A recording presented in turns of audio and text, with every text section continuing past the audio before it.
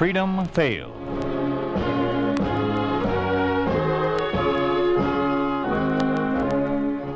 We'd like to take you on a visit to a town that doesn't exist, a town we call Springfield, USA. We'd like to show you how things would be in any American town if communism took over. This is the story of a communist America and what would happen to a man whose job put him in contact with any representative of a foreign democracy. Carlton Young plays the role of Michael Shepard in Delirium.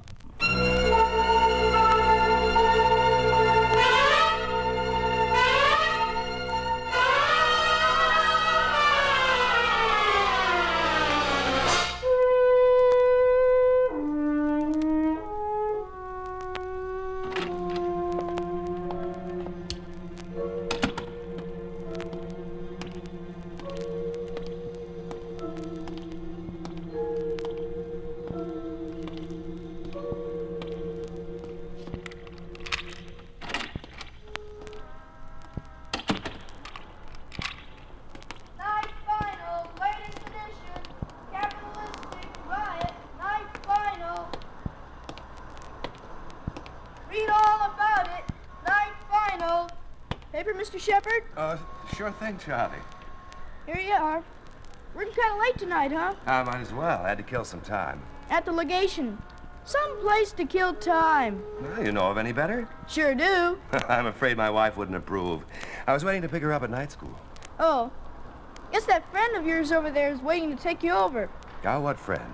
Been sitting out there in the car, watching the entrance for the last 20 minutes. That's all?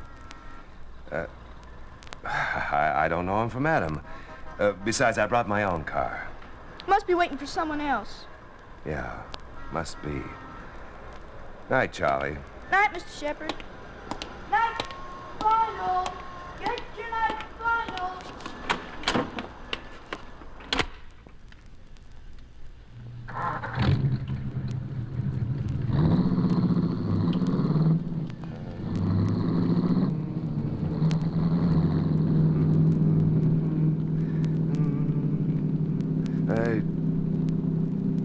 Car following me.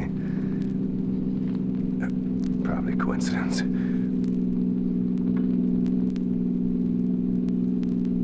wonder if he'll stop.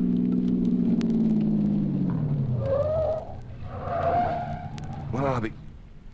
Oh, this is ridiculous.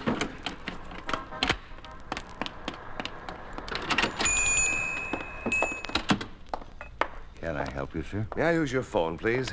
We don't have a booth, sir, but you're welcome to use the one behind the counter. Thanks.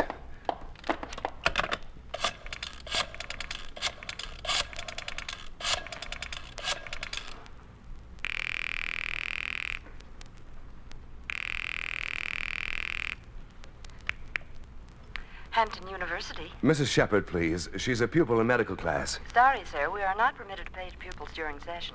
Class will be over in 20 minutes, though, and... Then please give her this message. Her husband was delayed and won't be able to pick her up. He'll meet her at home later. Any particular time, sir? There's no telling. I beg your pardon, sir? Just tell her I'll try not to be too late. All right, sir. Can I help you, sir? Oh, thanks. Just browsing. Hello. Give me the police, please. Well, what can we do for you, Mr. Shepard? Huh? You did ask for the police, didn't you? Well, here I am at your beck and call. 16 Precinct, Sergeant Roston talking. Never mind. I'm Lieutenant Caden. Here, my credentials. Police intelligence. Am I to consider myself arrested? Of course not. Then why have you been following me ever since I left the legation? Oh, merely a precautionary measure, Mr. Shepard. Precautionary against what?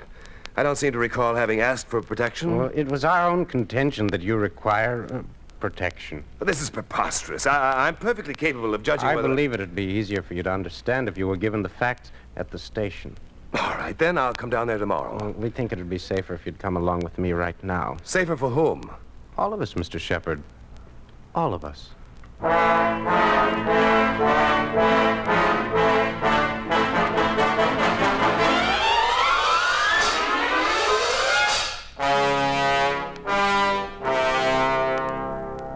The symptoms are never quite the same.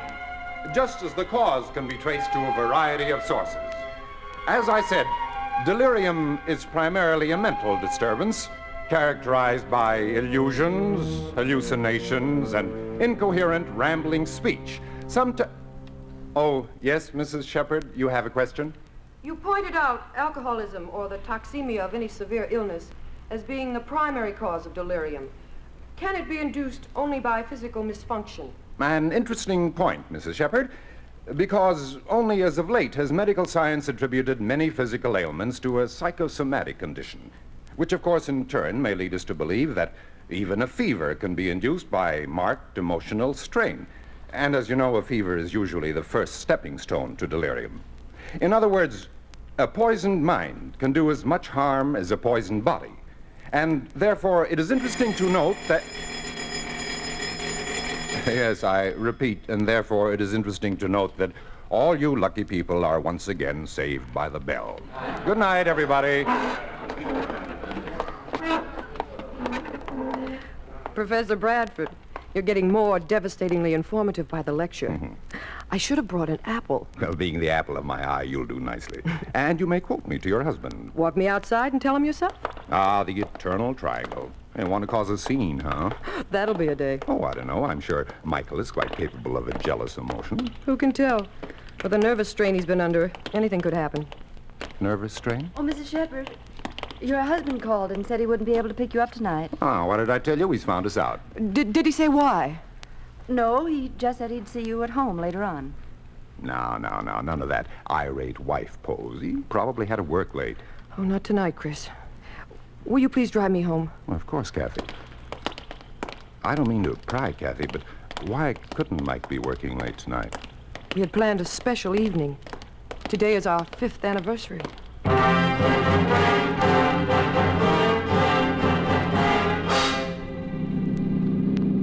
Chris, couldn't you go a little faster? Not if I'm to get you home in one piece. Kathy, let's look at this sensibly. Aren't you making a mountain out of a molehill?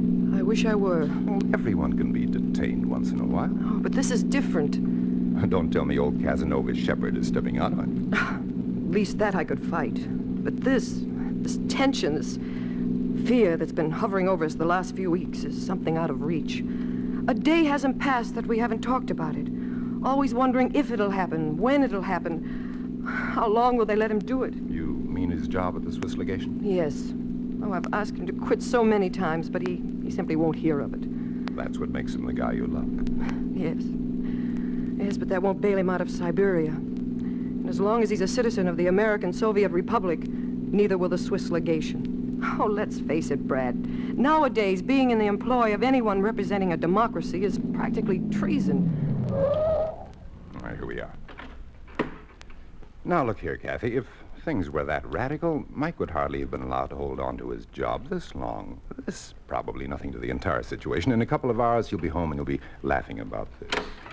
So, why don't you go inside and wait for him, huh? If he doesn't show up, you can always call me. I'll be home. All right, Chris. Hey, look over there. Isn't that Mike waiting for you? Where? Over there, right next to that fence. That isn't Mike. You sure? Well, he never wears a hat with the brim turned down. Oh. Maybe I'd better take you to the door. I see our gloomy friend is leaving. Obviously a jilted lover. I wonder. Now, there you go again, letting that lively imagination run away with you. Maybe so. Only remember, we may be ordinary people, but these are no longer ordinary times. Good night, Chris. Good night, Kathy.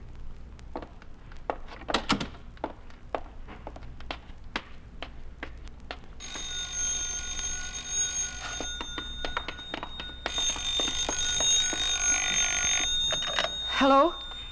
Is Michael there? No, he isn't. Oh.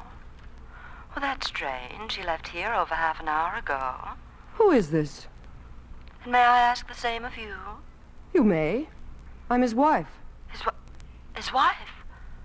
Oh, I didn't know it. Never mind. Hello. Hello. Hello.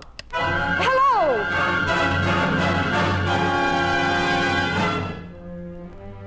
How'd it go? like a charm. Fell for it all the way. Good. Call her again in about 15 minutes. Only this time hang up the moment she answers. Keep repeating this every 15 minutes thereafter till I return. I'll be in the next room. Very well, sir.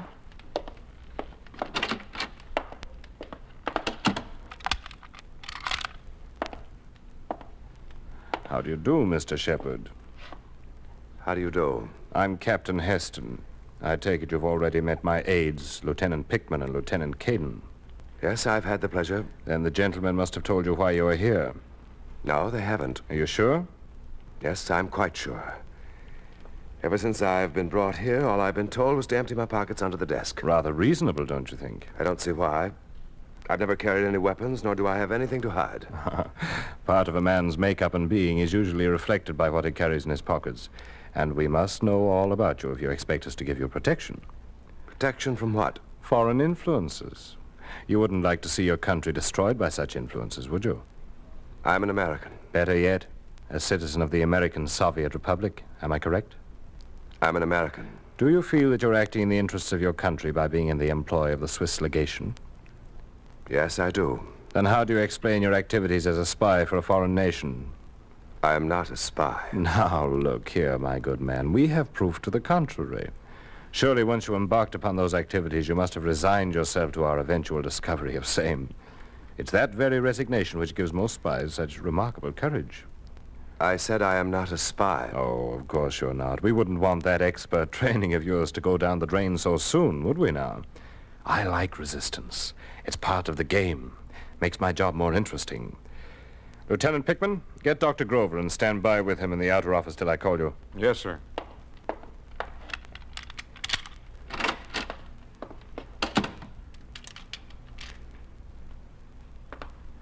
All right, then. Let's have another look at your file. Most illuminating, Mr. Shepard. Most illuminating. Looking at you, one would never suspect this comic strip dash and daring that goes with your record. Tag. And such an attractive wife, too. Leave her out of this. I can see why. If you cooperate, we may not have to touch upon any phase of this. Any phase of what? We're not in the habit of airing our suspects' dirty linen, unless we're given no choice. But I'm sure with the help of Lieutenant Caden, you'll spare us this embarrassment. Lieutenant, please show Mr. Shepard how to take up the relax position against the wall. Mr. Shepard, would you kindly step over to this wall? All right. Now, please face the wall. No, just a little closer, so that the tips of your fingers touch the wall with your outstretched arm. No, just your index fingers. There. That's fine. Now, step back. Now, keep your heels to the floor. Yeah, that's it. Now, lean forward with the index finger of each hand against the wall so that you can support your weight and maintain your balance. Yeah. Now, slide your feet back another foot. There. Now, isn't that easy? If you say so. And it'll become even easier as you keep answering some questions. As a matter of fact, the sooner you tell us about your espionage operation, the earlier you'll be relieved of this silly position. I repeat, I am not a spy. Then how come your wife has already admitted that you are? You're bluffing. You trust her? Implicitly. Why? Because I love her. Poor reason. Comfortable? Yes. Good. We don't want you to lose your equilibrium when a wife's honor is at stake. I never questioned her honor. Then how do you explain her informing on you? I don't believe it. It's a lie. Still comfortable? No. Too bad. Especially since you don't seem to understand that we'll consider the circumstances once you admit your guilt. We know that deep down you're one of us. You merely lost your way. The confusion, your inner conflict should be blamed, not you. I can account for all my actions. They're all clear and above board. I have nothing to hide. Oh, there now, Mr. Shepard. You can't switch fingers. Just the index fingers, remember? But they're swollen, so painful. They can't hold me in it. Of course they can. You'd be surprised at a brave man's physical endurance. Last week I had a friend of yours here. He stood like this for 2 full hours, naturally with a few interruptions. But the moment he'd regained consciousness, there he'd be, stretching out his fingers like a good little soldier. To what do you attribute your wife's actions? What actions? How could you have helped but notice? What are you talking about? Say, Caden, do you find it warm in here? Why, no, sir. Strange. Mr. Shepard's shirt seems to be drenched with perspiration. I can't anymore. There's a whirl.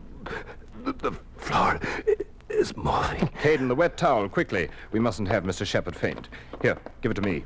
Just a little cold compress on the neck, Mr. Shepard, and you'll feel better in a jiffy.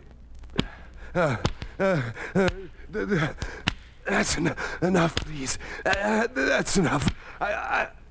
I'm fine again. Please. Now, where were we? Oh, yes, about that friend of yours. He finally told us all about how he collaborated with you. I have not collaborated with anyone. You mean to tell me you don't remember Charles Martin? I don't know any Charles Martin. Mr. Shepard seems tired. Let's get him a chair.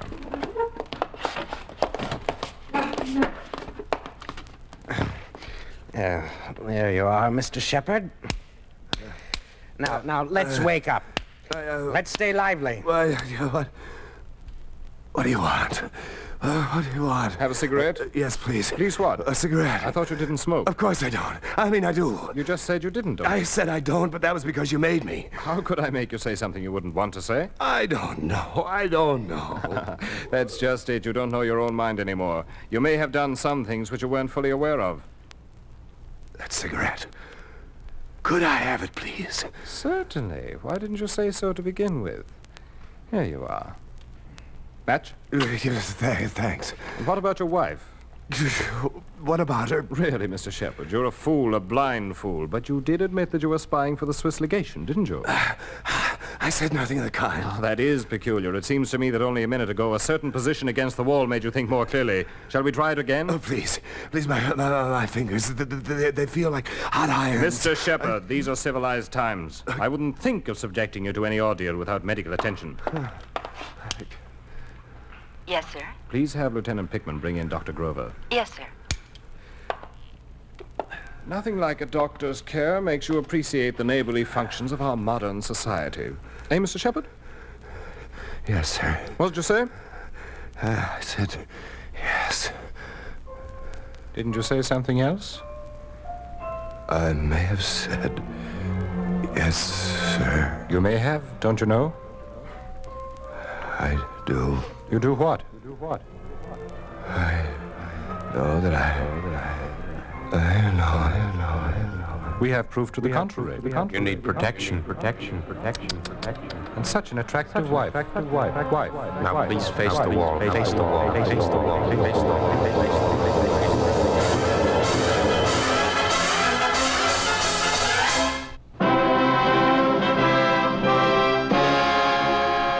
You are listening to Delirium, starring Carlton Young, a story of the way things could be if communism took over.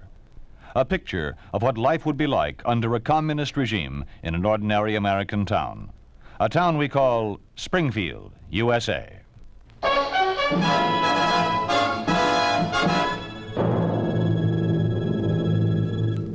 I won't! It's all wrong. I was just doing a job. Just a job. That's all right, Mr. Shepard. Everything is going to be just fine. Who are you? Why, I'm Dr. Grover. I just this minute came in. I didn't notice. Of course you didn't. You're upset. Now, you'd like to get well, wouldn't you? I guess so. So, why don't we just dig deep down to the real root of all this trouble, eh? Are you a psychiatrist? Naturally. There's nothing wrong with my That's mind. precisely what I'm here to find out. Remember now, I'm your doctor. I must have the truth. Why are you worried about your wife? Oh, I'm not. You are? Only your subconscious won't let you admit it, eh? Admit what? About your wife and Professor Bradford. What about them? Calm now, Mr. Shepard. I'm your doctor. We must set aside pride and vanity. You and I both know you're considering Bradford, your best friend. Yeah, but how about... It hurt to learn about his relationship with your wife, didn't it? Chris? Oh, don't make me laugh. But you're laughing already. What else could I do? You don't expect me to believe this? There is nothing to believe. You've known it all along. It's been gnawing at your inside for weeks. That's why you couldn't help yourself. You had to seek some reckless adventure, be a figure of importance in an international intrigue. Your ego needed a shock treatment. It had to be bolstered to overcome its wound. Indeed, Mr. Shepard. That's how spies are born. Only we understand the process of birth, the many circumstances which remove the criminal label. Now, you see this paper here? It merely gives the facts. The only thing missing is your signature. Really nothing incriminating about this, just something for the records. I'll sign it. Oh, it's your conscience, Mr. Shepard. Your conscience must shed its burden. Isn't that correct, Doctor? Definitely. This is the kind of confession that shows no malice, just relief. And only the Swiss legation assumes responsibility. After all, you had accepted your job in good faith, never suspecting that they were misusing you to their diabolic advantage. Yeah, it's easy. Nothing to it. Blissful relief. No. Do you feel all right? No. Your face seems flushed. You're not worried about your wife, are you? No, I just feel hot. My head is burning. I don't know. It's my eyes that are heating like coal. Would you like to cool off against the wall? Yeah, but... Here, let me take you over to it. Remember, there's more strength in your fingers than in your mind. No, please, not... But you could do it now. You're strong enough to protect the legation, all by yourself, single-handed. So what possible harm could a bare wall do you? A strong-willed tower of strength like you? Here, now let's put out those arms. That's fine. Now stand back. No, the paper. Give me the paper. Give me the paper.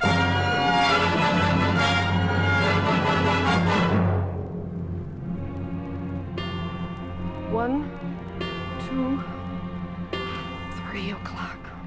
Oh, Chris, what am I going to do? Please, Kathy, let me give you a sedative so you can get some rest. Nothing else can be done till morning, and I'm sure by then there'll be a very simple explanation for all this. Oh, I'm so glad you came over. I don't know what I would have done without you. Are you sure there was nothing familiar about the voice of that woman? It could have been just a gag played by a friend of yours. Oh, no. You know how sharp my sense for voices is. If anything, it betrayed a deliberate, malicious trick. And that's what makes it so frightening. Mike hasn't the makings of a backdoor lover. If there was someone else, I would have read it in his face the day it happened. Wait. I think I heard the front door. Michael, is it you? Hi. Were you expecting someone else? Oh, Michael, where have you been? Please, Kathy, not now. My head. I've got to lie down. Oh, Michael, what did they do to you? I knew it must have been them. It was all rigged up that way. Rigged up? Who's in the living room? Chris, we've both been waiting for you. Oh? Oh, your head is worried sick. I bet. Michael, what's the matter? Nothing. Michael, it's good to see you. You gave us quite a fright. I did. You look kind of peaked. What on earth happened to you? The long expected. The secret police. Yes, with all the trimmings. The wall and everything. The wall. Tell me, Chris, have you ever faced a wall? Here, Michael, you better lie down for a while. Take your hands off me. Darling, Chris is only trying to help. Like he's helping himself to you? Michael, what are you talking about? Handle him, he's feverish. Have your secrets, huh? Even when I'm still in the room. Oh, darling, you're not well. Not please. well. Suits you fine, doesn't it, Chris? Only I'm well enough to... Michael! Stop it! Stop it! You're choking him! Oh, Michael, please! Whatever they made you think, it isn't true! What else could you say? Oh, listen, please! They tried to make me believe you were with another woman! They had her call here! Michael, they had her call here! Wait. No. Oh, it isn't true. But it is. I don't know. They said it. I signed it. The confession. Michael. I'm a spy. That's what it said. I signed it. I signed it.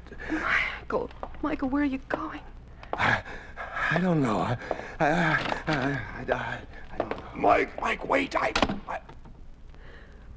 Oh, Chris, what are we going to do? I'll go and try to bring him back. In the meantime, call Dr. Levin. A fever, the hallucinations that has all the earmarks. Delirium. Yes, a very special kind. You could call it menticide, a psychological method of breaking down the mind. You heard him talk about confession, didn't you? Well, menticide breaks a man's willpower, makes him confess to almost anything. Oh, please, Chris, hurry, hurry before he gets away.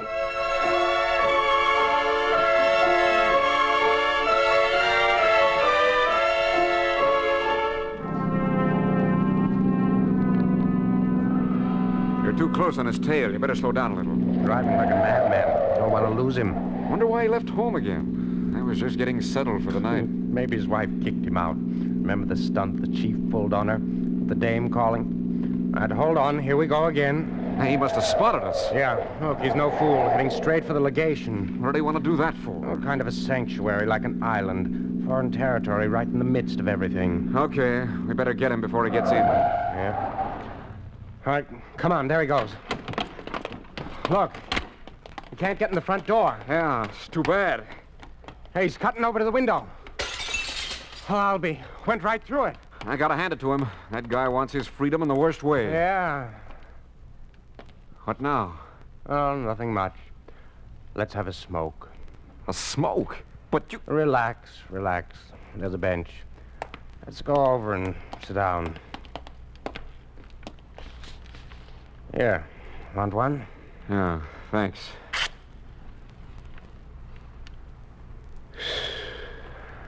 Well, where do we go from here? No place. He's got to come out of there sooner or later.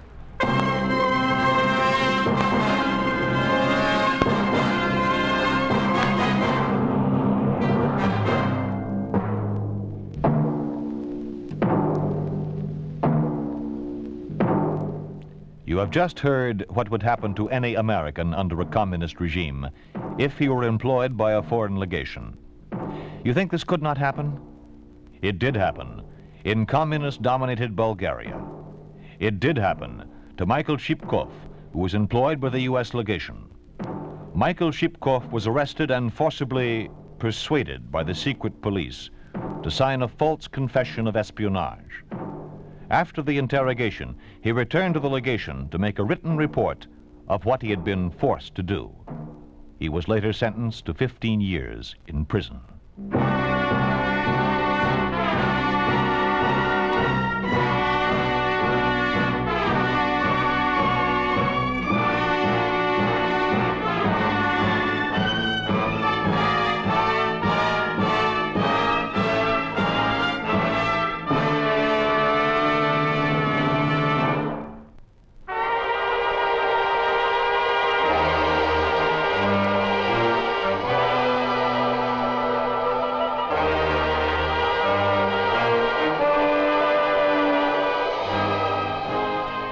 You've been listening to If Freedom Failed, starring Carlton Young as Michael Shepard in Delirium.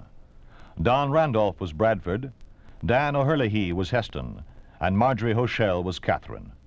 Others in the cast were Paul Richards, Fay Baker, Michael Mark, Byron Kane, Jim Nusser, Lamont Johnson, and David Duval. Music was composed by Earl Lawrence, with musical direction by Michel Perrier. Delirium was written for If Freedom Failed by Peter Brook. Produced and directed by Will Scott.